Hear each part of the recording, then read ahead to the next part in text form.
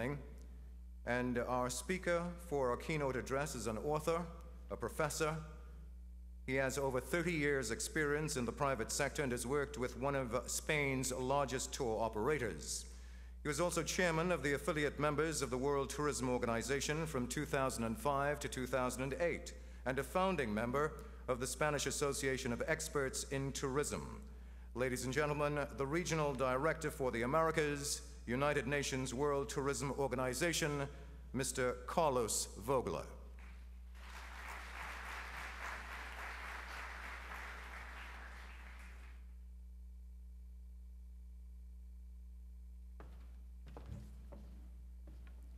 Good evening. Thank you very much for that very kind introduction.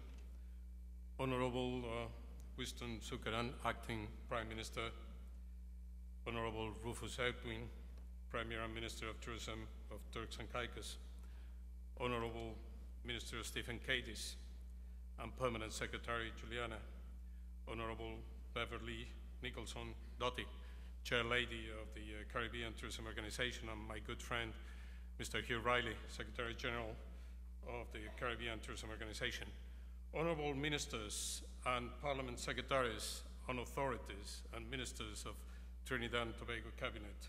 I would not extend more on that, but dear colleagues and of all the industries related with travel and tourism, ladies and gentlemen.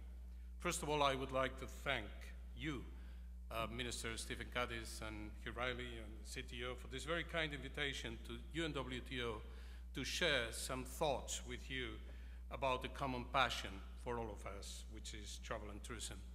And I would also like to bring you greetings from our team, our Secretary General and the team in the headquarters of the United Nations World Tourism Organization in Madrid, Spain. When we turn the page on 2012, a difficult year in which global economic growth slowed down and uncertainty picked up, we knew that 2013 would not necessarily come in an easier way. The global economic situation remains fragile, and stability continues in certain parts of the world, affecting consumption and obviously impacting many of the main source touristic markets. According to our sister organization in the UN, the International Labour Organization, there are over 200 million people unemployed around the world, and we need to create 600 million new jobs over the next decade to sustain economic growth and maintain social stability. A recent report from the World Economic Forum pinpointed wealth gaps and unsustainable government debts as the main risks that the world is facing in 2013. Many have been the transformations of the past decades, leading to a more globalized world, a complex, interlocking, and interdependent network across which flows of goods, capital, ideas, information, and now people move faster than ever before. This process of globalization has behind it a number of forces, which are not simply outcomes of a more globalized world, but actually its very drivers.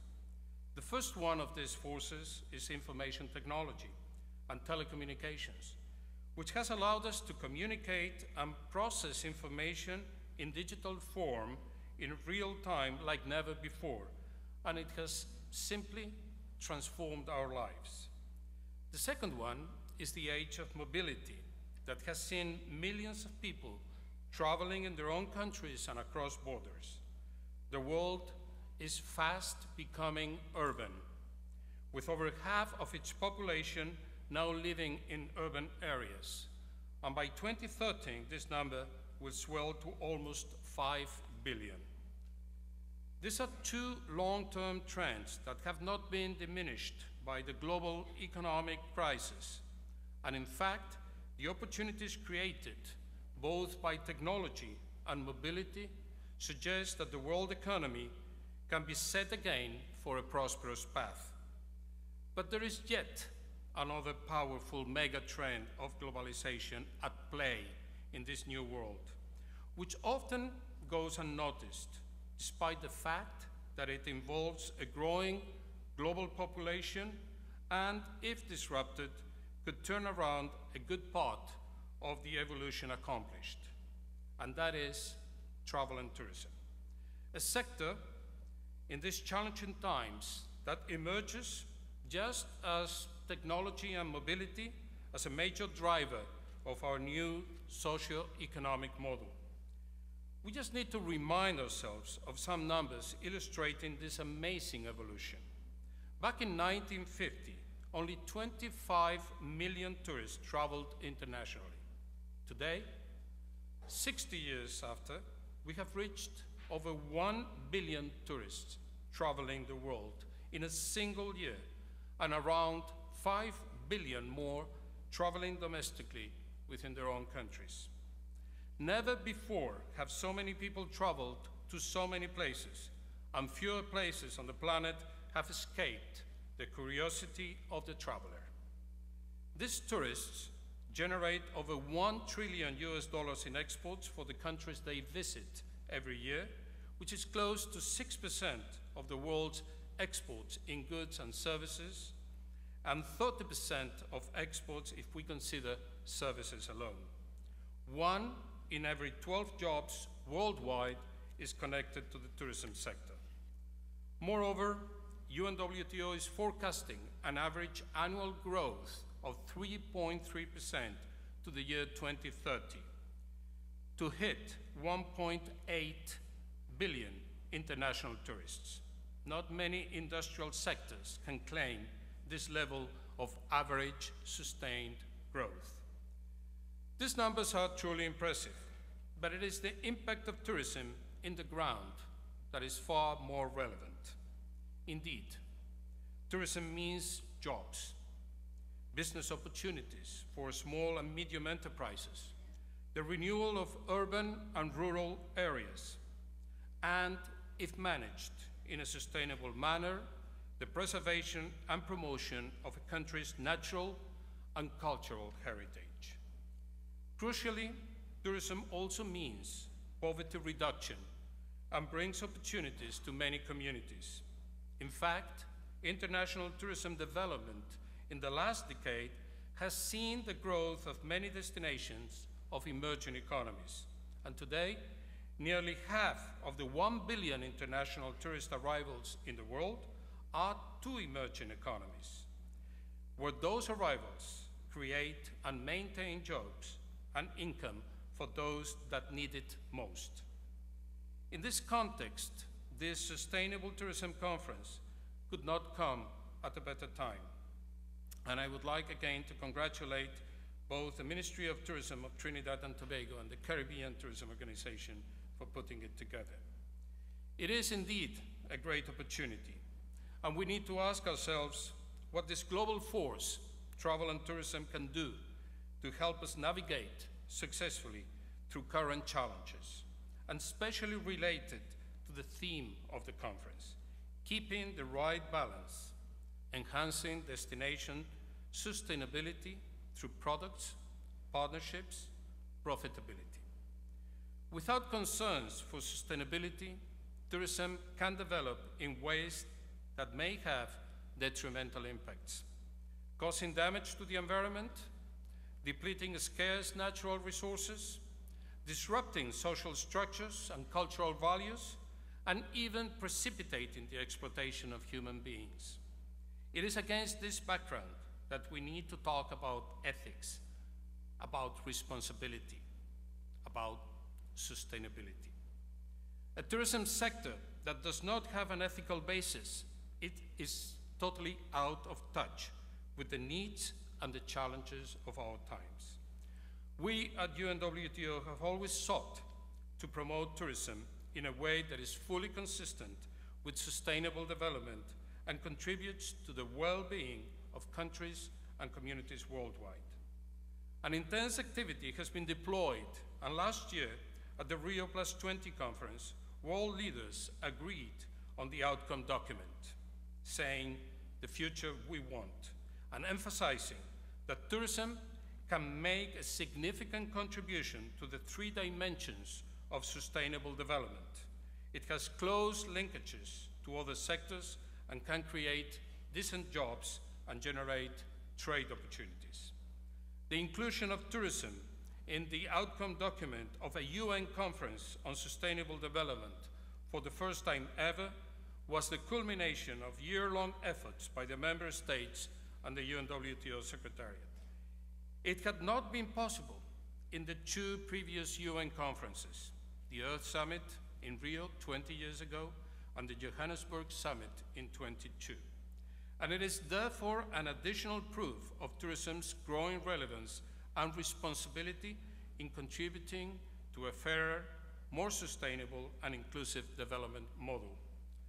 Another important milestone last year was the G20 Summit in Mexico, where the world's leading economic powers met to forge the global path to recovery. In the final declaration, these leaders recognized for the first time in the 13-year history of the G20 the role of travel and tourism as a vehicle for job creation, economic growth, and development. It is quite evident that tourism is slowly receiving the recognition it deserves by those shaping the path to sustained and fair recovery. But despite the progress made, we still have some important issues to address, and allow me to highlight 4 of them. First one, travel facilitation. Complicated visa processes still restrict the travel of millions of people worldwide. In 2012, 2/3 of the world's population was required to obtain a visa prior to their departure to destinations around the world. And this process, believe me, is not always easy. Only 18% were able to enter a destination without a visa, while another 17% could receive a visa on arrival. Globally, there is a big variety in visa policies, from countries allowing almost any citizen to enter freely to countries requesting visas indiscriminately. Overall, emerging economies tend to be more open than advanced ones. The Caribbean, Southeast Asia, and East Africa are among the most open, while North American and Central African destinations are the most restrictive. Joint research by the World Tourism Organization and the World Travel and Tourism Council demonstrates that only in the G20 economies, improving visa processes could generate an extra $206 billion in tourism receipts and create as many as 5.1 million additional jobs by 2015. The second point is air connectivity. Out of the more than 1 billion tourists that crossed international borders, more than half traveled by air. And much higher proportions obviously apply to long-haul destinations, and particularly landlocked and island developing countries. Air transport and tourism are major contributors to global economic prosperity, but policies remain that significantly limit the development of air travel. As I indicated, our projection for international tourists, which includes both business and leisure travelers, is expected to reach 1.8 billion by the year 2030. And this will further increase the demand for air transport services, with overall annual aircraft departures forecast to double from today's 30 million to 60 million aircraft departures in 2030. Accordingly, both UN agencies, the International Civil Aviation Organization and the UNWTO, have decided to strengthen their joint efforts towards building a more sustainable future in all of the 3 pillars of the United Nations definition of sustainability: social, environmental, and economic, and to position air transport and tourism as strategically interrelated sectors that benefit the global society they both serve. The third point refers to taxation. Tax hikes on tourism are all too common occurrence. While properly constituted taxes and duties are a fundamental and a legitimate fiscal tool of governments worldwide, There is a growing concern regarding a proliferation of levies on both air transport and tourism. While the industry should naturally contribute its due, this trend can actually produce a net damage to the economy, particularly in those destinations which are so dependent on air travel, such as the Caribbean. In many cases, taxes and duties are a clear market distortion and a trade barrier as they hamper fair competition between destinations. A clear example is UK's APD, which has been sold as a green tax when there is no link to investment in green technologies or offsetting. This is contrary to the objectives of supporting development, as it creates an obstacle to the economic growth and job creation in many regions around the world, namely in the Caribbean. This issue needs to be addressed, as with connectivity, by collectively positioning the benefits of air transport and tourism with cross-silo analysis and guidance to a stage on the impact of taxes and other levies, and by searching as much as possible for global solutions that ensure a level playing field. In this respect, I would like to praise the efforts and the hard work which the Caribbean Tourism Organization has been carrying out in this field and that we have been strongly supporting. My last point has to do with energy efficiency and the impact of climate change. The theme of World Tourism Day 2012 was tourism and sustainable energy, in line with the United Nations celebration of the International Year of Sustainable Energy for All. United Nations Secretary General Ban Ki-moon recalled in his message to the World Tourism Day, one of the world's largest economic sectors, tourism, is especially well placed to promote environmental sustainability, green growth, and our struggle against climate change through its relationship with energy.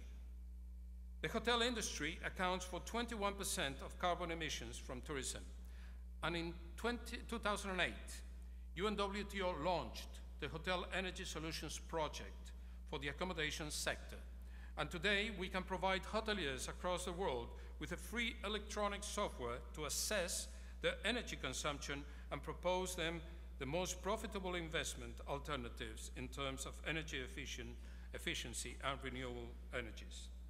This year, 2013, World Tourism Day will be dedicated to tourism and water, protecting our common future. This will be a unique opportunity to shine spotlight on water, both as an asset and as a resource, and on the actions needed to face up to the water challenge. Water is one of tourism's main assets. Each year, millions of people travel around the world to enjoy water destinations, both inland and in coastal areas, and the Caribbean destinations play a key role in this. Water is also one of tourism's most precious resources, and as one of the largest economic sectors in the world, it is the responsibility of the tourism industries to take a leadership role and ensure companies and destinations invest in adequate water management throughout the value chain. If managed sustainably, tourism can bring benefits to the national and local communities and support water preservation. Ladies and gentlemen, building a more responsible tourism sector is not only a moral and ethical concern, it also makes clear business sense. Companies all over the world are increasingly aware that corporate social responsibility programs give them a competitive edge, build trust and brand loyalty, help them retain customers and motivate employees, and even reduce expenditure on amenities like energy. Modern tourists are at the forefront of consumers demanding fair trade in tourism and more responsible tourist products and services. Sustainability is no longer an option, but an ever more pressing necessity. As policymakers work to create the economic order we need for the future, it becomes increasingly apparent that a new economy is emerging, with sectors like tourism at its very heart. As we position sustainability at the core of the tourism development agenda, we need to understand that this is not only our responsibility, it is also in our interest. People and profit should go together. People and planet should go together. And planet and profit should also go together.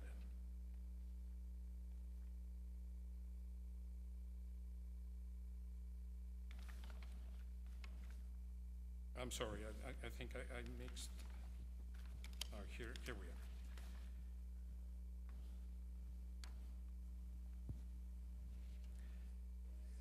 These actions require that governments, private sectors, and tourists act also together. On the government side, more incentives are needed. Decreasing costs of renewable energies should be pursued, and adequate legislation on energy management and buildings performance is required. Governments should provide a policy framework as well as suitable legal and regulatory provisions that enable and encourage the private sector, both local and foreign, and of course tourists, to respond to sustainability issues.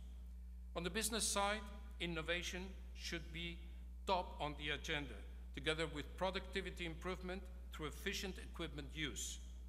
And on the side of the tourists, we need to create an even bigger global awareness of the negative impacts tourism can have, and education is key in that sense. The world in which we live demands a step forward and action to prevent degradation and injustice in the tourism sector. The question is not whether we should act. The question is rather, how quickly must we do it? And ladies and gentlemen, the time is to act now.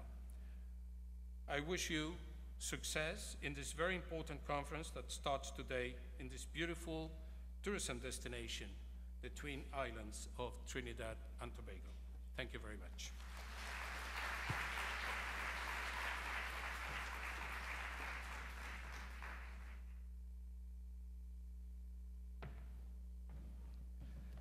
That was the Regional Director for the Americas United Nations World Tourism Organization, Mr. Carlos Vogler. Still to come this evening is our feature address, but we will take a short break from the speaking to bring you a performance by this year's Junior Calypso Monarch. He's a Form 5 student at the Sangre Grande Educational Institute, so he is taking time out from exam preparation to be with us today. At least I hope he's preparing for exams. Earlier this year, he beat a field of 15 other contestants to be crowned Junior Calypso Monarch, a feat he accomplished with a song called What If We Knew, a song that basically says if people recognize the skills and gifts they possess and persist despite life's obstacles, they would realize their dreams. Ladies and gentlemen, the National Junior Calypso Monarch, Mark Pear.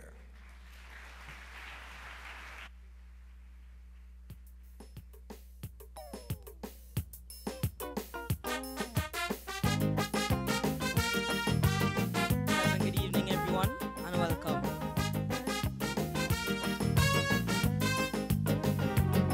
Bumpy day, bum bum day, oh yeah. If you're told that in 20 years you would be the Prime Minister, tell me how that prediction will shape your life. Would you be involved in actions that are sinister, or avoid situations that could end in turmoil and strife? Well, listen to the latest. You are blessed for greatness. Keep that in the back of your mind and say, I firmly believe. With courage, dedication, discipline and devotion, anything you set your mind on, you can achieve. But there are always obstacles in the way of success. Oh yes, there are obstacles there to hinder progress. They are there to make us shift or rise from our goal or prize, and tell us these are worthless tools in our armory. But our life dreams can be realized once we utilize the the gifts that's within us that will bring us all victory.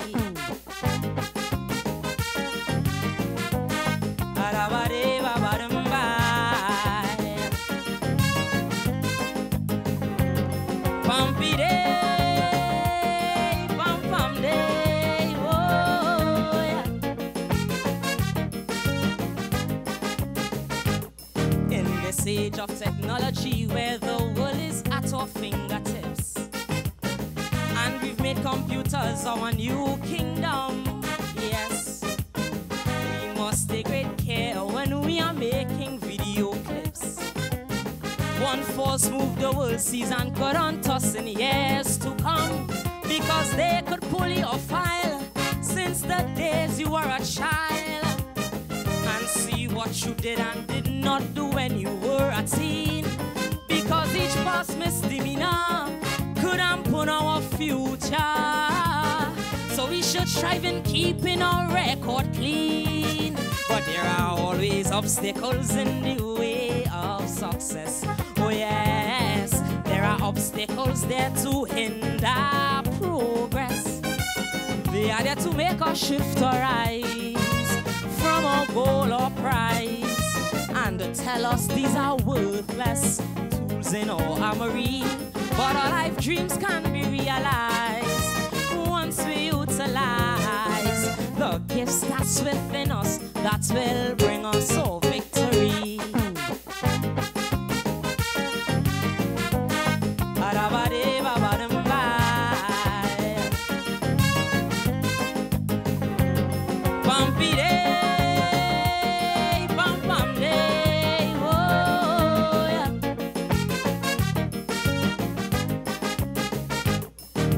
Men may dream dreams, older heads are blessed with a vision, and without that vision our people perish. So it's important for each one to know life's mission, and enclose it with prayers to be guarded and cherished. Spend time, water the seeds, be aware what each plant needs. Let no one stunt your potential or hinder you from your goal. Keep weighing the factors and give no way to detractors.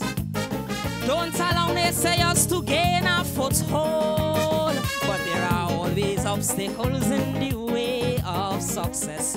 Oh yes, there are obstacles there to hinder progress. They are there to make us shift our eyes from our goal or prize, and to tell us these are worthless tools in our armory. But our life dreams can be realized once we utilize the gifts that's within us that will bring us all victory. Thank you.